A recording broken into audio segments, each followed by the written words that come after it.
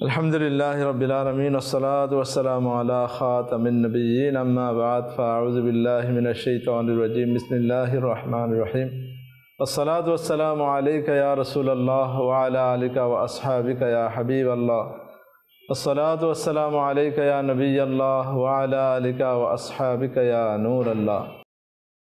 मदनी चैनेलेर दर्शक श्रोता, पवित्र रबिउल आव्वाल शरीफ এর পবিত্র মাস আমাদের মাঝে চলমান রয়েছে।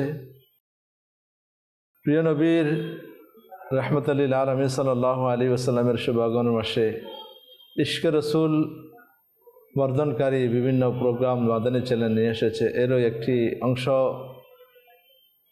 আমাদের এই অনুষ্ঠান মহিলা সাহাবীগণ রাদিয়াল্লাহু তাআলা আনহুন্না এবং তাদের ইশকে রসুল।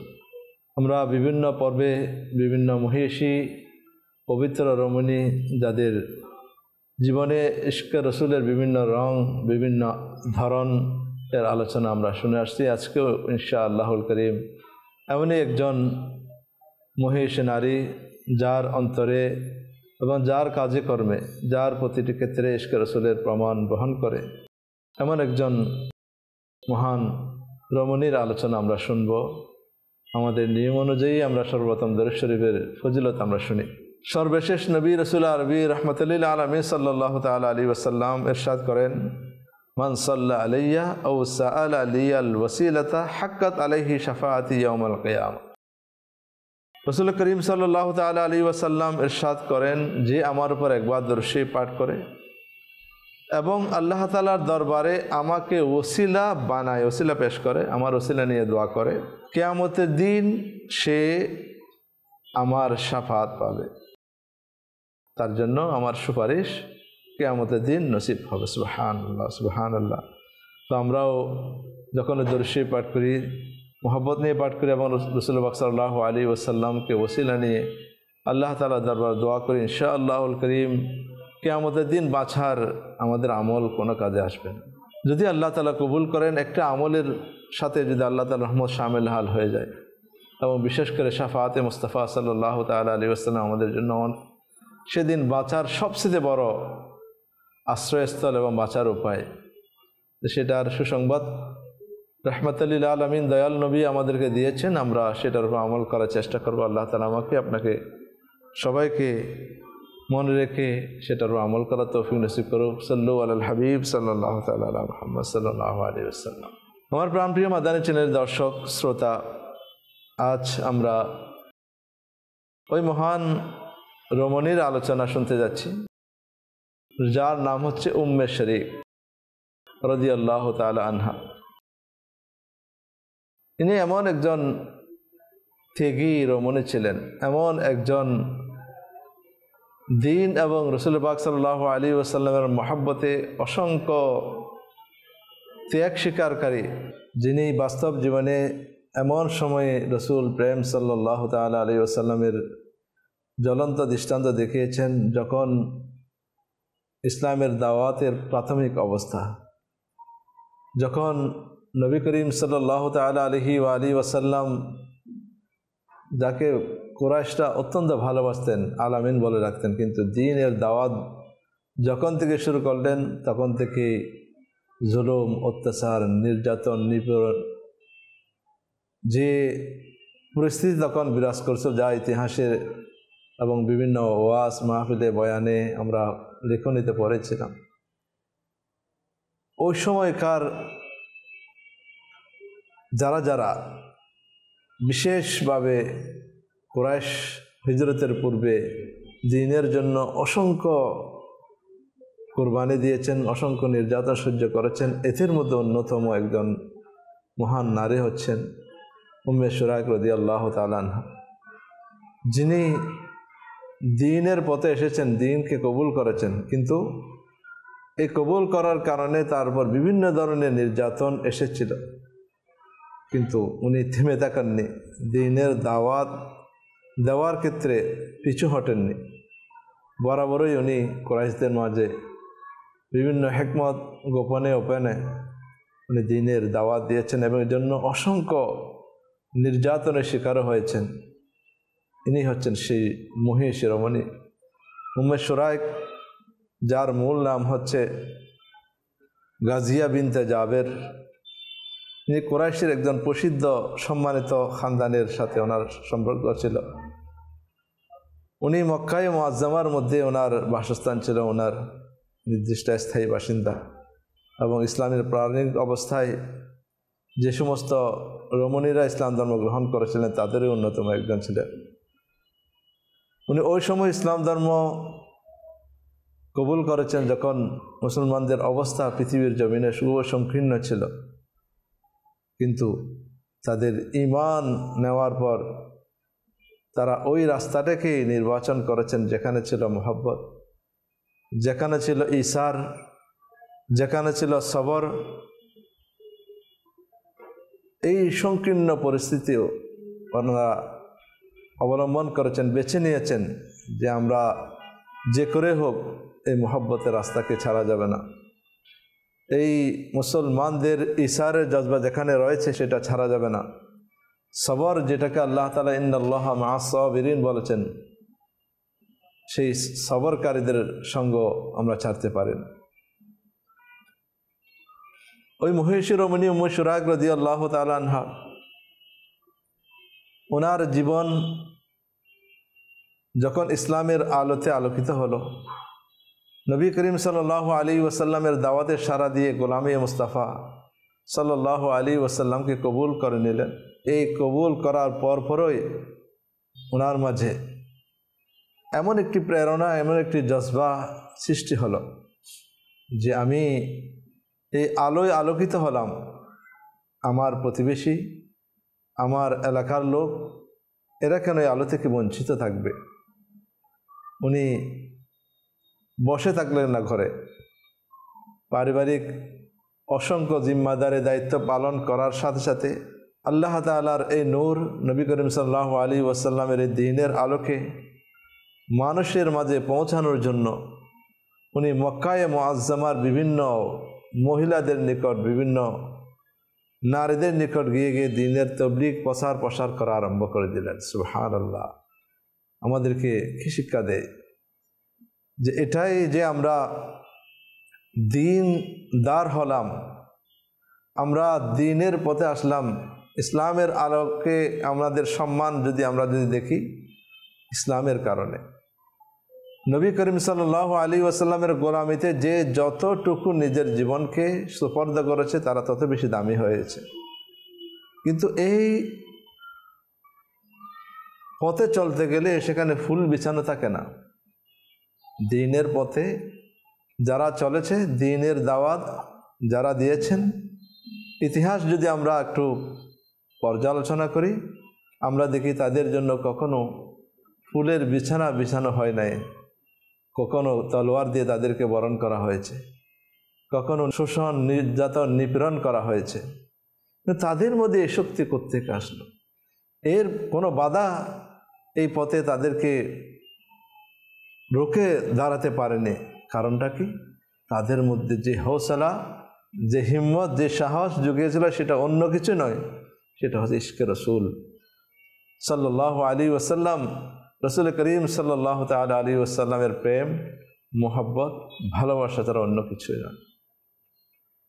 এই মহিয়সী নারী ওই প্রেমের যে শিখা অন্তরের মধ্যে জ্বলে উঠেছিল সেটা এমনভাবে প্রজ্বলিত হলো, মানুষের পরোয়া, মানুষের নির্যাতনের পরোয়া ওনাকে রুখে দাঁড়াতে পারেনি। ওনার অন্তর থেকে এক আওয়াজ আসলো, এই পয়গামকে মানুষের দিকে পৌঁছাও। উনি ওই পৌঁছানোকে সমস্ত কিছু সামনে পাহাড় সমপরিমাণ নির্যাতন আসার সত্ত্বেও ওনার ইশকে রসুলের ওই শামা, ওই আগুন ওনাকে সামনের দিকে এগিয়ে নিতে লাগলো। কিন্তু যারা দুশমন, ইসলামের দুশমন, ওই কুরাইশরা যখন জানতে পারলেন উনি ঘরে ঘরে গিয়ে, উনি মানুষের কাছে কাছে গিয়ে গোপনে গোপনে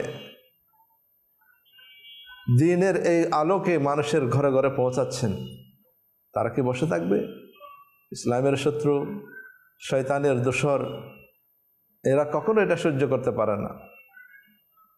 ওনারা যখন শুনলেন এই রমণী ইসলামের দাওয়াত দিচ্ছেন, রসুল করিম সাল্লাল্লাহু আলাইহি ওয়াসাল্লামের সিরতের আলোচনা করছেন, তখন ওনারা লিস্ট বানালেন কারা কারা কাজ করছেন। এই লিস্টের মধ্যে যাদের নাম আসলো তাদের লিস্টটা ছোট ছিল, কিন্তু তাদের কোরবানিটা ছিল অনেক বড়। এই ছোট লিস্টের মধ্যে যারা সবচেয়ে বেশি অত্যাচার নির্যাতন সহ্য করেছেন, তাদের লিস্টের মধ্যে অন্যতম একজন স্থান পেল, সেটা হচ্ছে উম্মে শরীক রাদিয়াল্লাহু তাআলা আনহা। ওনাকে টার্গেট বানালেন এবং তারা রেগে গেলেন এবং তারা এটার জন্য তাকে শাস্তি দেওয়ার ব্যবস্থা করলেন। শাস্তিটা হলো, এটা কোনো পুরুষকে নয়, একজন নারীকে এরকম শাস্তি দেওয়াটা একটা মানবিক, যারা মানবতার কথা বলে, একজন মানুষ হিসেবেও সেটা কখনো শোভা পায় না। তারা এই মহিষী নারীকে উটের পিঠে সওয়ার করিয়ে 3 দিন পর্যন্ত আরবের মরুভূমি, সেটার গরম, বর্তমান যুগের মতো সেখানে না এসি ছিল, না ঠান্ডার কোনো ব্যবস্থা ছিল, সেই গরমের মধ্যে, রোদের মধ্যে 3 দিন পর্যন্ত উটের পিঠের উপর বসিয়ে রেখেছিলেন এবং 3 দিন পর্যন্ত কোনো পানি এবং কোনো খানার ব্যবস্থা ওনার জন্য করা হয় নাই। একজন মানুষ হিসেবে মানুষের পরিচয় দেওয়া হয়নি, পশুর মতো করে। অপরাধটা কি ছিল? ইশকে রসুলের পয়গাম, দ্বীনের পয়গাম, ইসলামের নূর, কোরআনের নূরকে মানুষকে পৌঁছিয়ে দেয়া, এটাই ছিল অপরাধ। কিন্তু যারা দ্বীনের পথে চলে তাদের উপর এ ধরনের বিষয়গুলো আসা, এটা চিরসত্য বিষয়। এটা আল্লাহ তাআলার বিধানের মধ্যে অন্যতম একটা বিধান। অর্থাৎ আল্লাহর পক্ষ থেকে দ্বীনের দায়ীদের জন্য, দ্বীনের পথে যারা চলে তাদের জন্য বিভিন্ন ধরনের পরীক্ষা আসবে, এটা আল্লাহ তাআলার বিধান। এবং উলামায়ে কেরাম সেটার তাফসীরে বিভিন্ন ব্যাখ্যা করেছেন যে আল্লাহ তাআলার কাছে যার যত বেশি মর্যাদা, সেই মর্যাদা অনুযায়ী, শান অনুযায়ী তাদের উপর বিভিন্ন ধরনের দুনিয়াবি মুসিবত, বিপদ আপদ এবং বিভিন্ন ধরনের জুলুম নির্যাতন তারা শিকার হয়েছে। এর মধ্যে আম্বিয়া কেরাম হচ্ছেন যারা সবচেয়ে আল্লাহ তাআলার সবচেয়ে প্রিয়, তাদের উপর সবচেয়ে জুলুম নির্যাতন এবং বিভিন্ন পৃথিবীতে মুসিবতগুলো এসেছিল। এর মধ্যে এরপরে সৈয়দুল আম্বিয়া, ইমামুল আম্বিয়া, ইমামুল মুরসালিন, শফিউল মুজনিবিন সাল্লাল্লাহু আলাইহি ওয়াসাল্লাম সবচেয়ে যিনি জুলুমের বেশি শিকার হয়েছিলেন। অনুরূপভাবে উম্মে শরীক রাদিয়াল্লাহু তাআলা আনহার জীবনেও এরকম এসেছে। উনি না খানা পেয়েছেন, গরমের মধ্যে ঝলসে যাচ্ছেন, সূর্যের তাপ বরদাস্ত করছেন, এবং একজন নারী, তাও একা, রাত দিন সেখানে এগুলো সহ্য করা, এরপরও দ্বীনের পথ থেকে না সরা, এটা আমাদেরকে পয়গাম দেয় দ্বীন এর পথে চলতে গেলে আমাদেরকে সবরের রাস্তা এবং সবরকে আমাদের পাথেয় বানাতে হবে। কোনো মহিলা কি এটা কি বরদাস্ত করবে? কখনো নয়। এটা সব কিছুই ছিল রসুল করিম সাল্লাল্লাহু তাআলা আলাইহি ওয়াসাল্লামের ইশকের কারিশমা। নবী করিম সাল্লাল্লাহু আলাইহি ওয়াসাল্লাম প্রেমের মহিমায় এই মহিষী নারীকে একা 3 দিন পর্যন্ত রোদের তাপ এবং সূর্যের তাপ এবং একাকিত্ব বরণ করাকে উনি এটা বরদাস্ত করেছেন। ইশকে রসুলের নতিজা সেখানে ওনার উপরও একটা এসেছিল, ওনার পেয়েছিলেন। রেওয়ায়তের মধ্যে এসে যখন উম্মে শরীক রাদিয়াল্লাহু তাআলা আনহা অত্যন্ত পিপাসায় কাতর হয়ে গেলেন এবং এমন অবস্থা হয়ে গেল, বেহুশ হয়ে পড়ে গেলেন, তখন আল্লাহ তাআলার রহমত ওনার উপর এভাবে আসলো যে আল্লাহ তাআলা ওনাকে অত্যন্ত সুন্দরভাবে পানি পান করার ব্যবস্থা করে দিলেন এবং ওযু করে নামাজ করার ব্যবস্থা করে দিলেন। যেখানে পানি নাই, রোদ, সেখানে এভাবে ব্যবস্থা করলেন যে যখন কুরাইশরা আসলো, দেখলেন যে উম্মে শরীক রাদিয়াল্লাহু তাআলা আনহা নামাজও পড়ছেন, পানি পান করেছেন। এরা বললেন, তাদের জিজ্ঞাসা, পানি কোত্থেকে আসলো? তখন উনি জবাব দিলেন, আমার মহান দয়াময় প্রভুর পক্ষ থেকে এই পানির ব্যবস্থা হয়েছে। এটা আল্লাহ তাআলার একটা অত্যন্ত বড় মদদ এবং সাহায্য যা এই মহান নারীর জন্য, রমণীর জন্য আল্লাহ তাআলা রাসূল পাক সাল্লাল্লাহু আলাইহি ওয়াসাল্লামের মুহাব্বতের ভালোবাসার যে কোরবানি দিয়েছে সেটার বিনিময়ে আল্লাহ তাআলা দান করেছেন। সেটা এভাবে হলো যে সেদিন আল্লাহ তাআলার দয়ায় বৃষ্টি অবতীর্ণ হলো এবং বৃষ্টির পানি দিয়ে সেরাপ হয়ে গেল। সুবহানাল্লাহ, সুবহানাল্লাহ। তাই আশিকান রাসূল ভয় পাওয়ার কোনো কারণ নেই।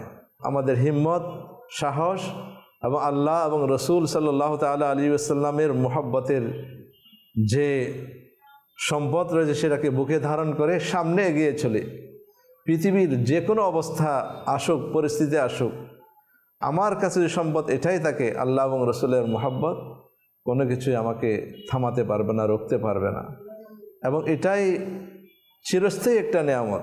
দুনিয়ার অন্যান্য নিয়ামত আজ আছে কাল নেই, রূপ আজ আছে কাল নেই, ধন আজ আছে কাল নেই, কিন্তু ইশকে রসুল এবং নবী করিম সাল্লাল্লাহু আলাইহি ওয়াসাল্লাম প্রেমের নিয়ামত, আল্লাহ তাআলার খৌফ ও মুহাব্বত, এটা চিরস্থায়ী নিয়ামত পাওয়ার অন্যতম একটা মাধ্যম। আমার প্রাণপ্রিয় মাদানী চ্যানেলের দর্শক শ্রোতা, এইগুলো যখন চরম নির্যাতন থেকে বাঁচানোর জন্য যখন আল্লাহ তাআলা হিজরতের হুকুম দিলেন, যখন রসুল পাক সাল্লাল্লাহু তাআলা আলাইহি ওয়াসাল্লাম সহ সমস্ত সাহাবায়ে কেরাম বিভিন্ন জায়গায় হিজরত করলেন, তখন ওনার সীমানাটা নেকির দাওয়াতের যে জজবার ওনার একটা সীমানা ছিল কুরাইশদের মাঝে। এখন ওইটা মক্কায়ে মুআজ্জামাকে ছড়িয়ে এটাকে অন্য অন্য জায়গা পর্যন্ত ওনাকে নিয়ে গেলেন। উম্মে শরীক রাদিয়াল্লাহু তাআলা আনহাও মক্কায়ে মুআজ্জামার মধ্যে বসে থাকেননি, উনিও হিজরত করে মদিনায়ে মুনাওয়ারায় সফর করলেন। ওখানে গিয়েও বসে থাকেননি, সেখানেও গিয়ে দ্বীনের খিদমতের মধ্যে মশগুল হয়ে গেলেন, ব্যস্ত হয়ে গেলেন। এবং এমন মজবুতির সাথে, এমন প্রেরণার সাথে নিরলসভাবে খিদমত করলেন যে উলামায়ে কেরাম বলেন, মদিনায়ে মুনাওয়ারায় গিয়ে রাসূল পাক সাল্লাল্লাহু তাআলা আলাইহি ওয়াসাল্লামের দরবারে হাদিস শুনতেন, মুখস্থ করতেন, সেটারও আমল করতেন এবং সেটা নিয়ে বসে থাকতেন, সেটা সামনের দিকে মানুষের কাছে পৌঁছে দিতেন এবং মদিনায়ে মুনাওয়ারার রমণীদের কাছে, মেয়েদের নিকট, নারীদের নিকট সেগুলো পৌঁছানোর ব্যবস্থা করতেন। এবং শেষ পর্যন্ত এই খিদমতের কারণে, ইশকে রসুল এবং রসুল পাক সাল্লাল্লাহু আলাইহি ওয়াসাল্লাম হাদিসের মুহাব্বতের কারণে ওনার হাদিস, অসংখ্য হাদিস ওনার থেকে বর্ণিত হয়েছে, যেগুলি প্রসিদ্ধ হাদিসসমূহ, যেগুলি বর্তমানে মানুষের কাছে, মুসলমানদের নিকট খুবই গ্রহণীয়। সহিহ মুসলিম, সুনানে নাসাই এবং সুনানে আবু দাউদ সহ অসংখ্য কিতাবের মধ্যে উম্মে শরীক রাদিয়াল্লাহু তাআলা আনহার হাদিস বর্ণিত রয়েছে এবং ওনার থেকে অসংখ্য সাহাবায়ে কেরাম হাদিস বর্ণনা করেছেন।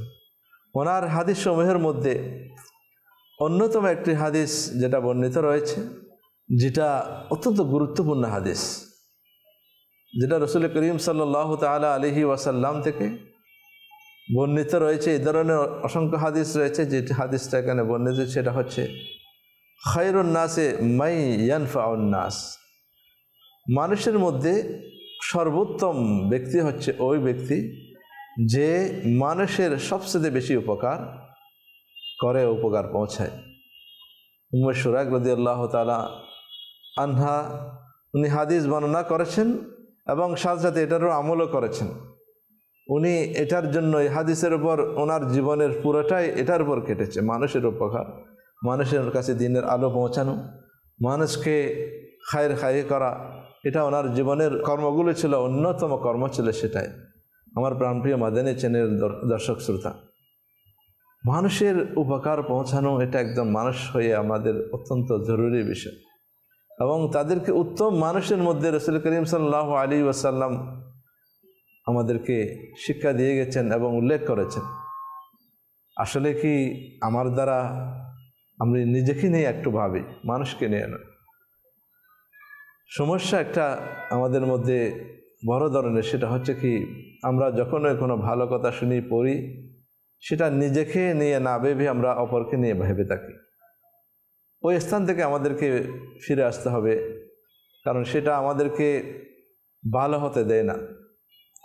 আমরা যদি ভালো হতে চাই, আমার জীবনকে উন্নত করতে চাই, সেখানে ভাবতে হবে নিজেকে নিয়ে।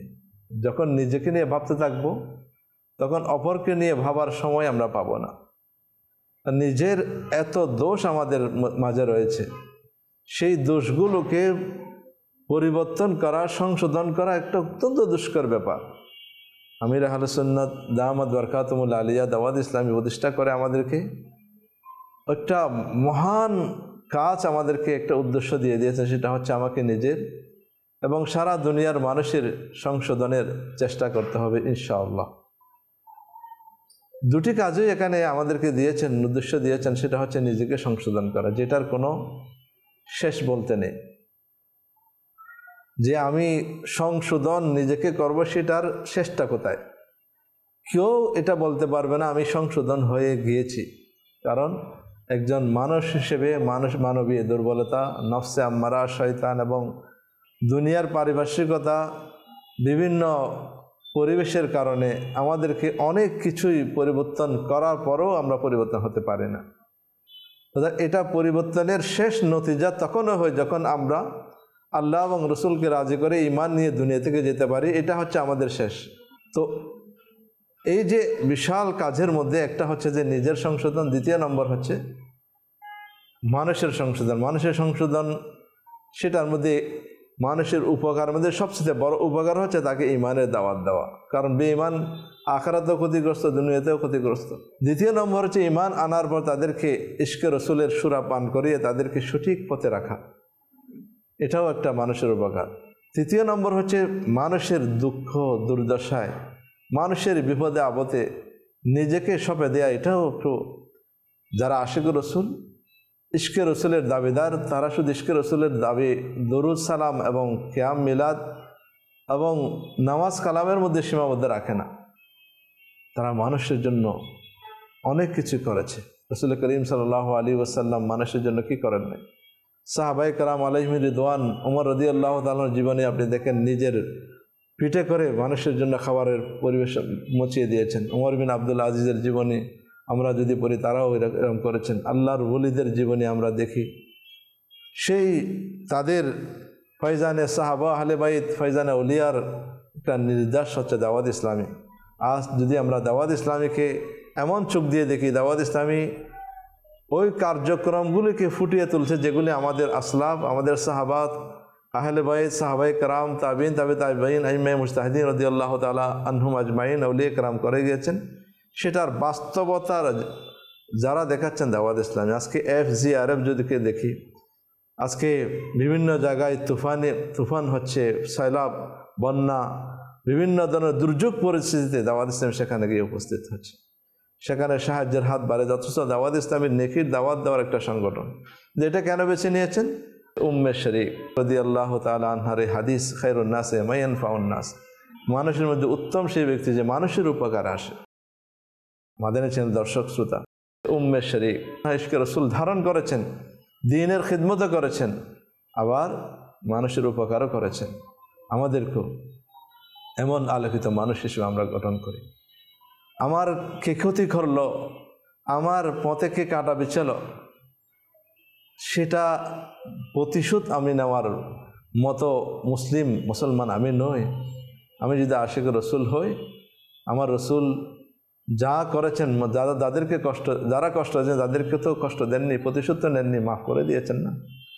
এটাই তো এই হাদিসের একটা বাস্তব প্র্যাকটিক্যাল আমল। আমরাও সেই ধরনের মুসলমান হওয়ার চেষ্টা করি। আমরা প্রতিশোধমূলক আচরণ নয়, আমাদের প্রতিশোধ যদি হয়, এটাই হবে আমাকে যে খারাপ আচরণ করেছে আমি তাকে ভালো আচরণ দিয়ে আমি তার মন জয় করব, মানুষের উপকার করব। এটাই হচ্ছে আমাদের জীবনের সবচেয়ে বড় পাথেয় হতে পারে। এই মহিষী নারীদের জীবনী এবং এই অনুষ্ঠান থেকে ইশকে রসুলের পয়গাম যেভাবে আমরা হাসিল করলাম, উম্মে শুরাক রাদিয়াল্লাহু তাআলা আনহার এই জীবনী থেকে আমরা এই সমস্ত পয়গামগুলো আমরা নিতে পারি, মেসেজগুলো নিতে পারি। সেটা হচ্ছে শুধু নারা দিয়ে নয়, আমরা আমলিভাবে প্র্যাকটিক্যালি আশিক রসুল হই। আল্লাহ রাস্তায় যত বিপদ আসুক, না ঘাবড়িয়ে, ভয় না পেয়ে অটল অবিচল দিকে সামনে এগিয়ে যায়। দ্বীনের দাওয়াত দেওয়ার ক্ষেত্রে